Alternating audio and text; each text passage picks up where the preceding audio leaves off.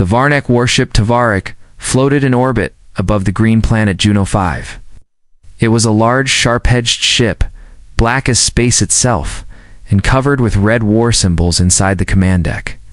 General Sherlock stood tall with pride, staring. Out at the human colony below, they had finally found the perfect moment to strike. The humans were busy building farms and homes, far from Earth, far from help. A young officer, trembling, approached the general and handed him a data crystal. "Sir," the officer said, "we received an old signal from one of our missing scout. Ships near Earth's territory." Sherlock narrowed his eyes. "What does it say?" The officer hesitated, then read aloud. It says, "Do not attack the humans. They will hunt you forever." The command deck went quiet. Some officers looked at each other nervously. But Sherlock burst into loud laughter. "Cowards," he said, scared of those soft-skinned weaklings. He crushed the data crystal in his hand. "We are the Varnak Empire, born to conquer," he roared. "If the humans don't want war, they should not build on our borders." No one dared to argue. The order was given. The Tavarik and 2 other warships launched plasma bombs at the colony below. Explosions lit the skies of Juno 5. Buildings crumbled, fields burned. And the few humans living there had no time to run. Sherlock smiled, satisfied that was. "Easy," he said, turning away. But in the silence that followed, something strange happened. The ship's long-range sensors picked up movement in deep space. The stars were shifting ever so slightly, almost as if something massive was coming. Closer, something hidden, something quiet. The sensor operator frowned. "General, we're detecting distortions, like ships moving without engines." "Impossible," Sherlock said.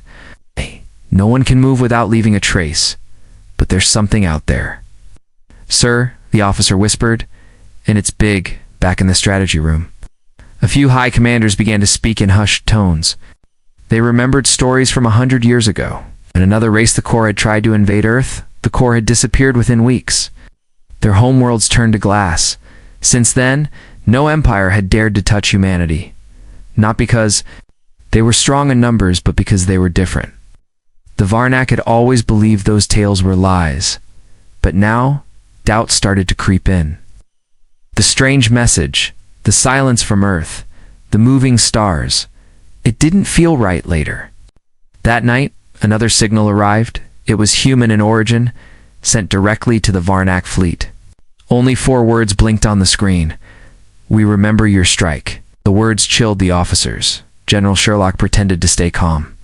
"They're just trying to scare us," he said. "Let them come. We are ready."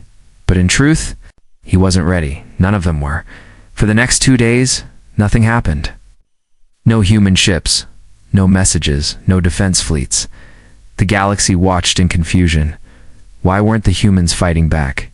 Why was Earth so quiet? Then, on the 3rd night, a Varnak mining base on a nearby moon went dark. No distress signal, no explosions, just silence. When a scout ship was sent to check, they found the base completely empty. Every worker gone. The machines turned to dust. There were no bodies, no signs of struggle, only one message carved into the metal wall. "We remember everything." Panic started to grow. The commanders demanded answers. Who did this? How did they do it without detection? Why did the humans say nothing but act so fast? General Sherlock refused to show fear. "We will strike Earth next," he said. "We'll end this before they begin." But when they tried to scan Earth, they found nothing. The planet was gone from their maps, removed from all star charts. Even their ancient records no longer showed its location. "What kind of trick is this?" the general shouted. "Did they hide their planet?" The room was quiet. Then the same officer who had delivered the first warning stepped forward again. "Sir," he said softly, Maybe the warning was true." Sherlock glared at him. "There is no such thing as a forever hunt," he said angrily. But even he could feel it now. Something was coming. Something the Varnak were not prepared for.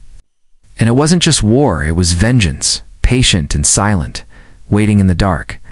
The Varnak fleet stayed near Juno 5 for 3 more days, but nothing happened. There were no human ships, no messages, and no signs of a counterattack. General Sherlock grew more confident. "See," he told his officers, "the humans are cowards. They hide because they are weak." But not everyone believed him. Captain Tharn, one of the younger fleet leaders, felt uneasy. He remembered old stories, passed down in secret, stories of how the humans didn't scream in war, just disappeared, and made their enemies disappear with them. He kept these thoughts to himself, until the comms officer raised a shaky hand. "Sir," she said quietly, "we've lost contact with Outpost 5 to 29. The one near the asteroid fields." Sherlock frowned. "That's deep in our territory."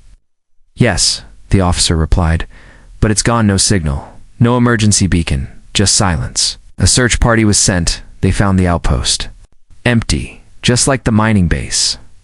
No dead bodies, no damage, no sounds, just a strange black mark on the floor, shaped like a human eye. Captain Tharn stared at it in horror. He had seen that symbol in an old Varnock intelligence report. It was used by the human special forces, the ones called ghosts, but the report also said those ghosts were retired decades ago. If that symbol had returned, something terrible was waking up, back on the Tavarak. Sherlock dismissed the incident again. "It's just psychological warfare," he said. "They want us scared." Ordered the fleet to prepare for a strike on another human colony, but when they checked their maps, something was wrong. All the human colonies on the outer rim were gone, erased from star charts, missing from navigation systems. It was as if someone had hacked into every Varnock database and deleted the records. The comms officer gasped. "We can't even locate Earth," Sherlock shouted. "Run a deep scan. Scan the entire sector." But every scan returned the same result. Nothing, just empty space where planets should be. At first, they thought it was a tech failure. Then the admiral of the second warship received a private message. It was short, and written in perfect Varnock language. "You forgot us, but we remember you." The message was traced. It came from inside their own ship, from a console that wasn't connected to any system. The admiral collapsed from shock. He had served in the Varnock War for over 60 years, but he had never seen such precision. "Such quiet terror, I think," he whispered. "They're already here by now." Fear was spreading among the lower officers. Some asked for leave, some hid in their rooms. Whispers of the hunt started to echo through the fleet. Everyone knew the stories, even if they never admitted it. One officer asked in secret, "Sir, is it true humans don't stop hunting their enemies?" Another said, "They mark you, and they wait, even if it takes 100 years." Sherlock was furious. He banned all talk of the hunt. He forced officers to recite war chants and loyalty oaths. But even he couldn't deny the strange silence. No. Human responded. No one sent warnings. No fleets arrived to negotiate. And that was the most terrifying part. Humans were known for talking too much, broadcasting everything. But now they said nothing at all. Then, in the middle of the night, the Tavarak's lights flickered. All screens turned black for 2 seconds. When they came back on, every monitor showed the same image. It was an old photo showing a human family, a mother, a father, and a little girl. All of them were dead, their bodies buried in the ruins. Of Juno 5, beneath the image, one sentence appeared. "You killed our children. Now we walk in the dark." The crew froze. No one spoke. No one moved. The photo disappeared. And everything returned to normal. Sherlock tried to call engineering, but the line was dead. His voice cracked as he shouted, "Get me a status report." But all systems were now being overridden. They had no control of the ship anymore. Suddenly a voice came over the ship's speakers. It wasn't Varnock, and it wasn't human. It was a voice made of metal and cold, but the message was clear. "You were warned that night. 3 ships from the fleet disappeared. They didn't explode, they didn't crash, they simply vanished from space. One moment they were there, the next, only cold vacuum." Now the Varnock understood this was not war, this was not revenge. This was a hunt, and it had already begun. Captain Tharn stood on the darkened bridge of the Varnock ship Vexel. The crew was silent, waiting, breathing quietly, listening for something that might come from the shadows. 3 warships had vanished in one night, and no one could explain how. No alarms, no screams, no trace. It's just empty space where ships once were. General Sherlock, still on the Tavarik, shouted over the communication channel, "We are not afraid." He barked, "This is human trickery, nothing more." But even his voice now held a small shake. He was no longer confident, and the rest of the fleet knew it. Scouts were sent out again, this time toward the moons near the gas giant Drexelate. They expected to find something, maybe human ships hiding, or stealth bases. But the only thing they found was worse. One scout ship picked up a signal on the moon's surface. It was weak, broken, and very old. The audio played through static. But the message was clear. A human voice, soft and cold, said, "You should have listened to the warning. The scout ship didn't return." The second team sent after them found the vessel floating in space, every system offline, every crew member missing. Inside the ship's control panel, a message had been burned in by plasma. "We are here." Now the fleet started to break down from inside. One officer refused to sleep, fearing he'd wake up on an empty ship. Another began seeing human faces in the ship's reflective surfaces.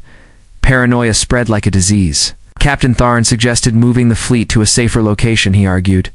They should regroup near a Varnock stronghold, where they could prepare defenses. But General Sherlock rejected the idea. "No retreat," he ordered. "We strike now." Against the advice of his captains, Sherlock picked a small planet called Edrosnine.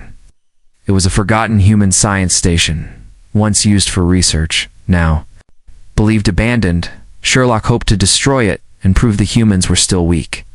The fleet approached slowly, scanning the surface. No signs of life, no energy signals. No defense platforms, it looked empty. "Perfect," Sherlock said. "Begin the bombardment." But just before the weapons fired, a single drone appeared. It flew out of the shadows and hovered in front of the flagship. The drone had no weapons. No shields, just one blinking light. The comms officer hesitated. "Should we destroy it?" Sherlock growled, "It's a toy. Shoot it down." But before they could fire, the drone transmitted a data burst. A series of files flooded their system's videos, logs, personal messages, all showing peaceful human families on Juno 5, children playing, scientists working, settlers smiling. And then the screen showed what the Varnock had done. Flames, rubble, bodies, ash. The images were burned into the minds of the crew. Then, final message appeared in red. "We did not forget." At that moment, the ground on Edrosnine split. Open, from beneath the planet's surface, black shapes rose into the sky, sleek. Silent ships, human hunter drones, thousands of them. Their hulls shimmered with cloaking tech, invisible until the last second. The Varnock ships tried to fire. But the human drones were already inside their formations. They moved like shadows, cutting engines, slicing weapon systems. One by one, Varnock ships went dark. No explosions, just silence. Captain Tharn screamed for retreat, but communications had already been severed. The humans weren't fighting a battle, they were executing a plan inside the Tavarik. Sherlock watched as his screens went black. His officers shouted, but the systems no longer obeyed. A strange symbol appeared on every display. A simple white skull over a planet hand, ancient human symbol for extinction. The ship began to freeze. The lights dimmed. The engines shut down, and then, from the shadows behind them, came a voice, not spoken but transmitted straight into their minds. "You took our children, now we take your stars." The Tavarik drifted into darkness. A ghost ship among thousands. No distress calls, no survivors. Only Captain Tharn's ship managed to escape, damaged and limping. The Vexel jumped into hyperspace with only a quarter of its crew alive. They had seen the truth, the humans had. Not built a fleet, they had built a trap, and the Varnock had walked right into it. Back at the Varnock High Command, the news caused chaos. The Empire had lost 1/3 of its outer fleet in a single night. No prisoners, no damage reports, just silence. One old general stood in the shadows and whispered, "They told us not to attack." Another asked, "What do we do now?" The answer came from a single human broadcast across the galaxy. "We are not at war. We are only correcting a mistake." The stars above the Varnock border systems had changed, not visibly, but the way ships moved through them had become strange. Trade vessels reported strange shadows following them. Long-distance signals were interrupted by flickers and whispers. And every patrol sent to the edges of their territory came back silent or didn't come back at all on the outer rim, in a dead system long abandoned. A Varnock scouting squad detected something unusual, a formation of ships drifting quietly. Between asteroid rings, the ships had no power signatures, no engine trails, no life readings, but their hulls were human, very old human. Captain Yethrel, leading the scout squad, activated the long-range zoom. He saw battle damage across. Their frames, marks of wars fought 100 years ago. But they weren't wrecks. Their eyes glowed dimly blue, and they moved with purpose. Ghost ships, he whispered. They shouldn't exist. These vessels were part of the lost human fleets, the ones that disappeared after the core wars. No one had ever found them again. Now here they were, silent and watching. Deathrel tried to pull his squad back, but before he could activate the jump drive, the signal cut out, his ship, and the others. Simply vanished. No explosions, no alarms, just an empty screen. The Varnock Council received the report late. A single black box floated back through hyperspace. Inside it was a recording of voice. Made of static and metal, you are not alone in the dark. Now, panic began to spread beyond the military. Civilians started noticing the changes, communications breaking, shipping routes closing. Merchants refused to travel near human space. Some Varnock colonies even began to evacuate. General Sherlock, now back at high command, was losing control. He screamed at his officers, accusing them of weakness and disloyalty, but no one listened anymore. The fear had grown too strong. On one of the moons near the Varnock core worlds, a transport ship docked for repair as engineers entered the cargo. Hold! They found something waiting, a human helmet. Placed carefully on the floor, it had blood on it, but not Varnock blood. Inside the helmet was a data chip. The engineers handed it over to Central Command. When they played it, the room went cold. The footage showed a human child sitting in the rubble of Juno 5, crying. Then came explosions, fire, and finalist silence. A timestamp showed the date of the Varnock attack. The screen turned black. Then words appeared. We are already behind your lines. It wasn't just a warning. It was a fact. At the far edge of Varnock space, the ghost fleet began to move. Not in straight lines, not like living ships. They blinked in and out of space, appearing in strange places, sometimes near stars, sometimes inside asteroid belts, sometimes right above small colonies, and wherever they appeared, something went missing. A ship, a satellite, a listening post. No weapons fired, no debris left behind, just silence on one planet. A child reported seeing a man in black armor walking through a field. The man disappeared when adults arrived, but where he had stepped, the grass had died. The Varnock started calling them shadow walkers. Soon, strange messages began to appear inside Varnock government buildings, not sent over the network, but printed from disconnected machines. Each one read the same. You erased our voices, now we erase yours. A Varnock scientist finally cracked one of the human data codes. He discovered something terrifying. The human hunters were no longer biological. They had uploaded their minds into their warships, into their drones, into their satellites. They were eye-guided ghosts, programmed to hunt until the mission was complete, and their mission was simple: eradicate every trace of the Varnock Empire. The Council begged for peace. They tried sending messages to Earth, to Mars, to every known human colony, but all messages returned unread. Some came back with a new symbol, a black triangle inside a red circle. The Varnock codebreakers called it the Mark of Judgment. Even the Varnock allies, like the Zelkin and the Drosh, began to distance themselves. They feared being marked as helpers, one Zelkin ambassador said. We warned you not to touch the humans. You didn't listen. Now we won't listen to your cries. In deep space, near a forgotten wormhole, a Varnock battlecruiser was patrolling. They picked up what they thought was a broken cargo ship. When they brought it aboard, it was empty, no cargo, no crew, just one blinking light. And a message that played once. We were farmers. We were teachers. Now we are death. The battlecruiser tried to destroy the ship, but as they fired, their own systems turned against them. The engines melted, the weapons exploded inward. From space, the cruiser seemed to collapse on itself like paper burning from the inside. The Ghost Fleet watched, then disappeared again. They did not claim territory. They did not celebrate. They simply moved on to the next system. They were not invading. They were hunting. And they would not stop until every last Varnic star went dark. The halls of the Varnock High Command were no longer loud. Once filled with proud voices and bold plans, they had become quiet and heavy.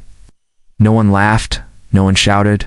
Only whispers remained, whispers of fear and of something worse, the ghost. Fleet had disappeared again, but everyone knew they would return. No warning, no sign, no chance to run. General Sherlock sat in silence. Staring at a blinking screen, reports came in every hour. Ships missing, planets going dark, entire cities wiped clean without a trace. No battles, no fights, just silence across the empire. The fear had spread like fire. Families fled core planets. Colonies collapsed from within. Even loyal commanders had started abandoning their posts. The Varnic Empire, once strong and fearless, was falling apart without a single human word. In a last desperate move, the High Command called for help. They contacted old enemies, old rivals, anyone who would listen. Most refused to answer, some laughed and hung up. Only one responded.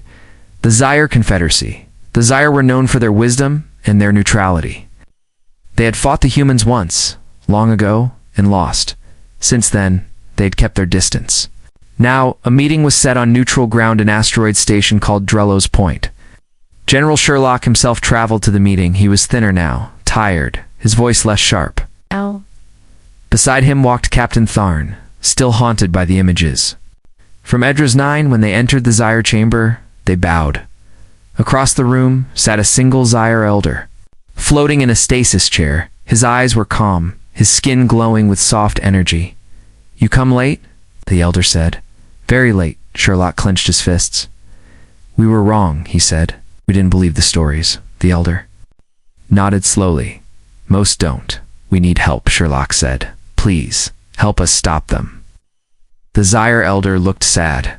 "You cannot stop what you began," he replied. "The humans are not like us. They do not seek revenge. They seek justice." Tharn stepped forward. "But we didn't know it would be like this." "You killed their children," the elder said quietly. "Now their machines carry their pain. Forever." Sherlock fell to one knee. "We will offer anything," he said. "Resources, land, technology." But the elder only shook his head. "They do not want land," he whispered. "They want silence." Back on the Varnac homeworld, news spread fast. The Zyre had refused. The alliance was dead before it began. Panic returned stronger than ever. The people no longer looked to their generals. They looked to the skies and waited for the hunters on a distant farming world. A family prepared to escape, but before they could leave, the power died in the darkness. Small lights began to appear outside, red, silent, and unmoving. Then came a soft sound, like metal on stone. The next morning, search teams found no survivors.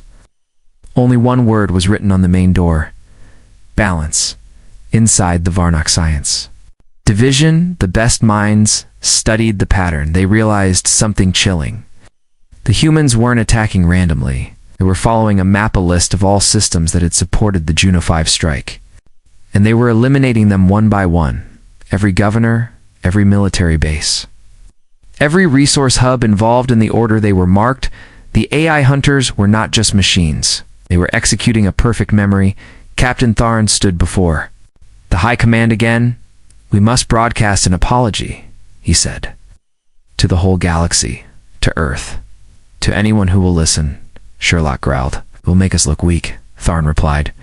"We are already weak." Finally, the Council agreed. A message was created and sent across every known channel. It showed images of the attack, the children, the destroyed colony.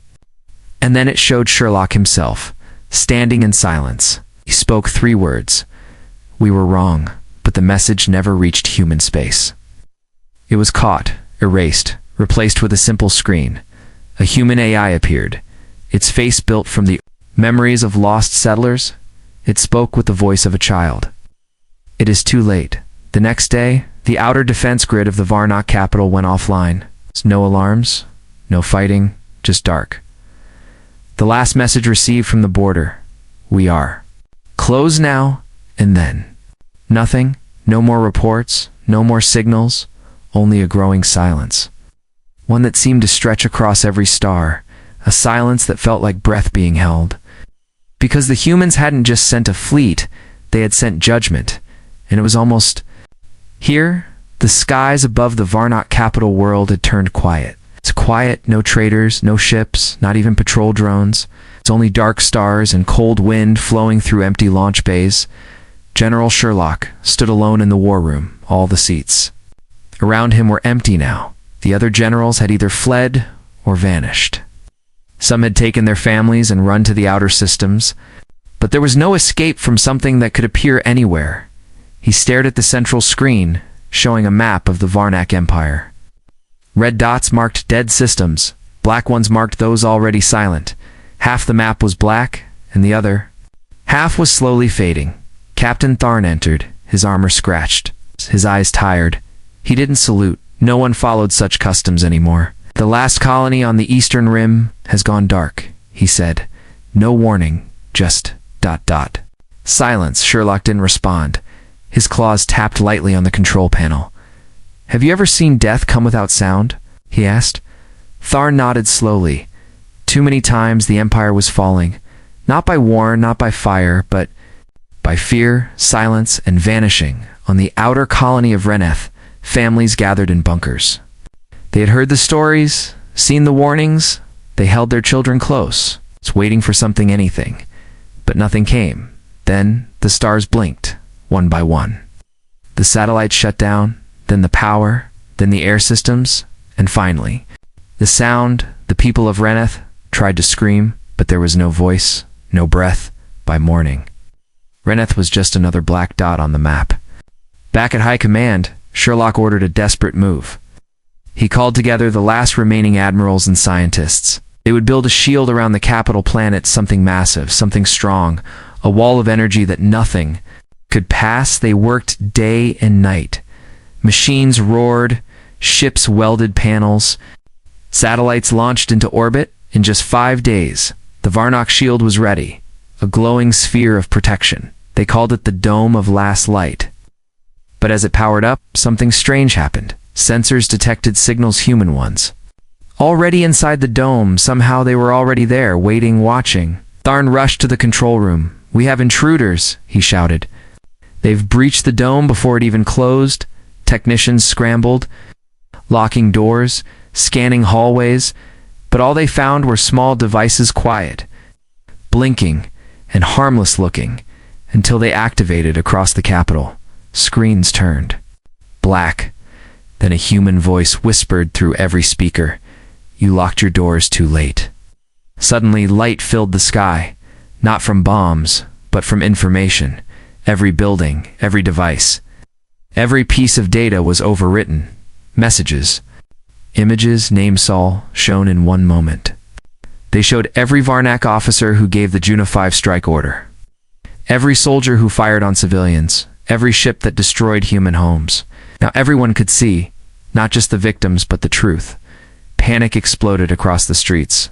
People turned on each other. Some blamed the military, others blamed the leaders. Riot sirens wailed, but no one came to stop the chaos in space. The Ghost Fleet arrived at last, not with sound, not with fire, but with silence. Thousands of human vessels, shaped like knives and shadows, appeared in formation. They didn't fire. They didn't speak. They simply surrounded the Varnock homeworld and waited. Then, one final message was broadcast. A single human AI appeared on every screen. Its voice was calm, made from the recordings of the lost. It said, "We came to your door once, with peace in our hands. You burned our children. Now we come not to speak, but to close the last chapter." Then everything stopped. The Ghost Fleet didn't move again. The lights on the planet faded. The people hid in their homes, waiting for the final strike, but it never came. No bombs, no beams, no battles, just stillness. The fear became unbearable. Many Varnock died in their own homes by fear, by guilt, by despair. Others ran to space, hoping to find refuge in empty systems, but no matter where they went, they found nothing. The Empire had been erased. Not just in strength, but in memory. Historians and other galaxies soon stopped teaching about the Varnock. Maps removed their name. Records were blank or marked classified. It was as if they never existed. Only one place remained untouched, a small human outpost near the edge of the galaxy. Inside it was a simple monument, a stone carved with the names of every soul lost on Juno 5, and beneath those names, for words we did not forget. Hundreds of years passed, the stars shifted, empires rose and fell, and new species discovered old routes through forgotten space. But in one dark corner of the galaxy, no one dared to go. A place marked on ancient maps with only one word, silent.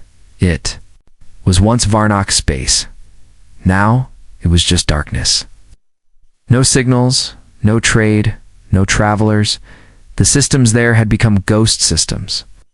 Cold, quiet, untouched by time. On the edge of this silent zone, a curious young race called the Nuvion explored deep space. They were peaceful, full of wonder.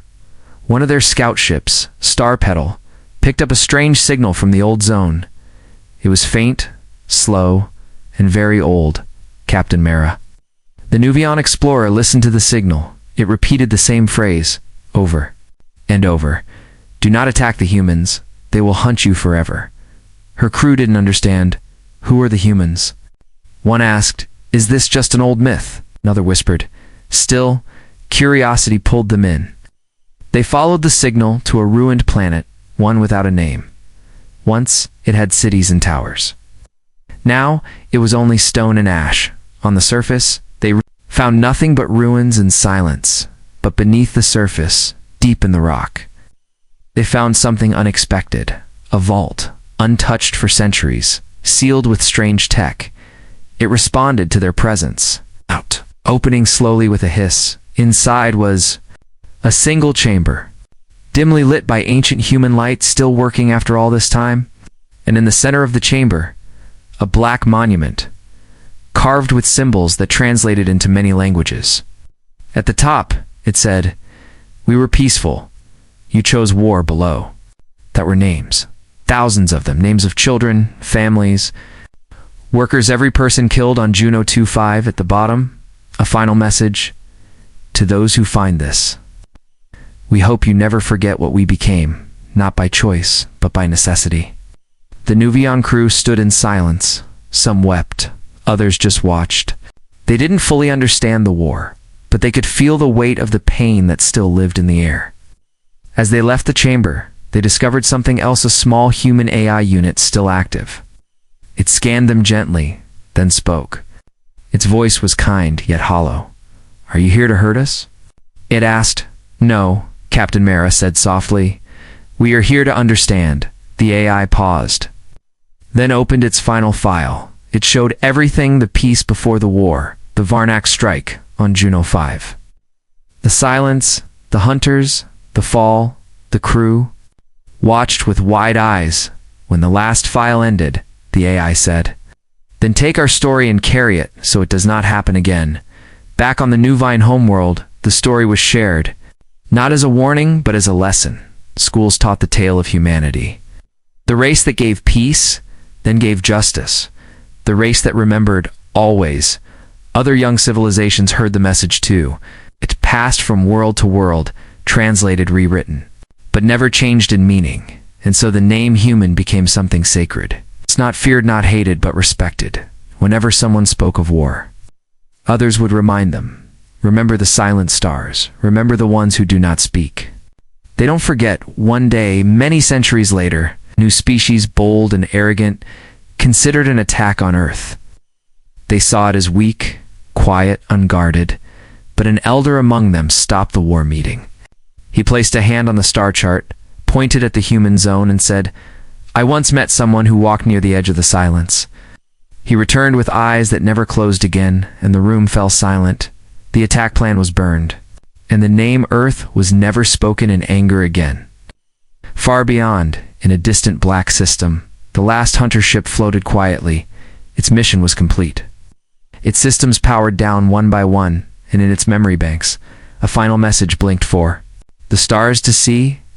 We never wanted to be this, but we did what had to be done. For them, and the stars at last were quiet.